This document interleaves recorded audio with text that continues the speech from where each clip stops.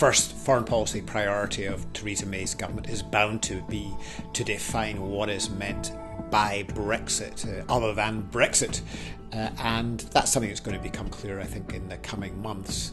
Of course, a secondary priority is to ensure that Britain is taken seriously on a range of other issues, rather than being defined solely by that one issue, however important it is for us and for them in the coming period. And that means showing that Britain's a serious contributor to international security, to climate change, to the whole range of international issues.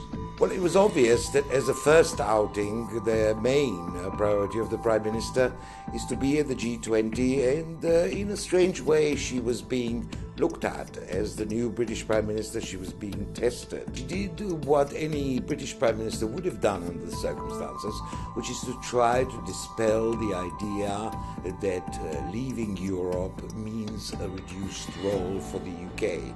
She made a very robust case for international trade. She made a very robust case against those who argue for protectionism.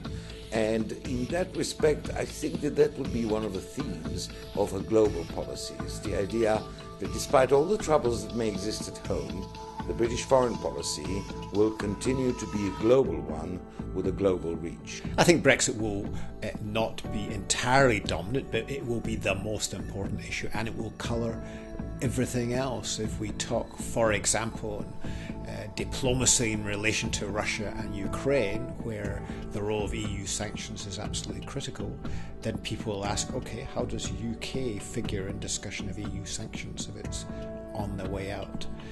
Basically, I think the main policy in relation to security for the UK, the main policy objective, it seems to me, is to establish what a special relationship with the European Union on foreign policy must be in the wake of Brexit. And thinking about that, although we could well still be 3 years until we are actually outside the European Union, the shadow of that outside status is going to be hanging over British foreign policy over the period until then, and of course thereafter.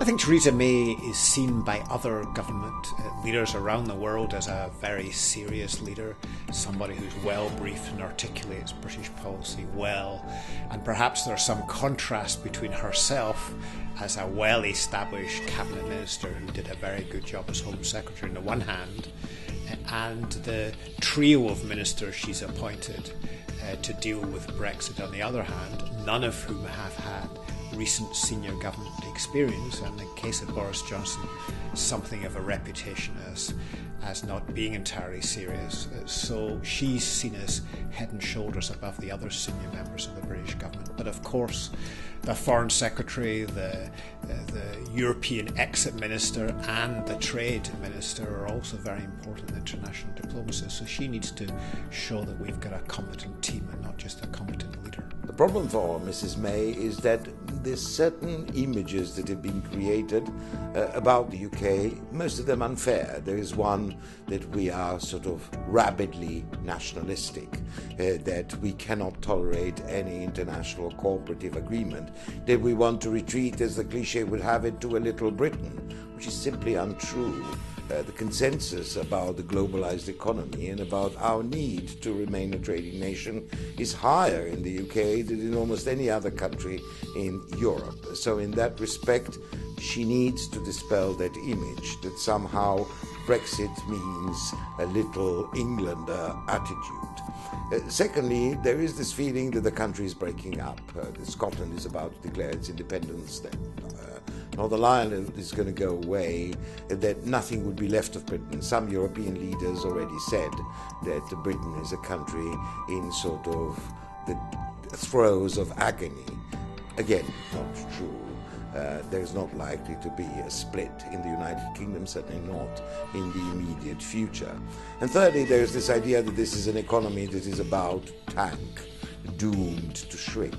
Well, they may yet happen, but at least for the moment, the economy is actually growing. Britain is actually growing faster among the European Union countries. So she's got to actually swim against the tide. She's got to try to dispel some of these images that are being created about the UK. This is one of the major changes, one of the major turning points in UK foreign security policy for many years, and RUSI will be focusing on the geostrategic and foreign security policy aspects of this. We have to be aware of the broader economic and trading aspects of that, but what we are particularly interested in is how does that impact on Britain's role in the world, and Britain's contribution to international security, and on our national security. Economic issues and security issues can't be entirely separated. Our particular focus will be how does this impact on the British government's ability to keep our people safe and to contribute to international security.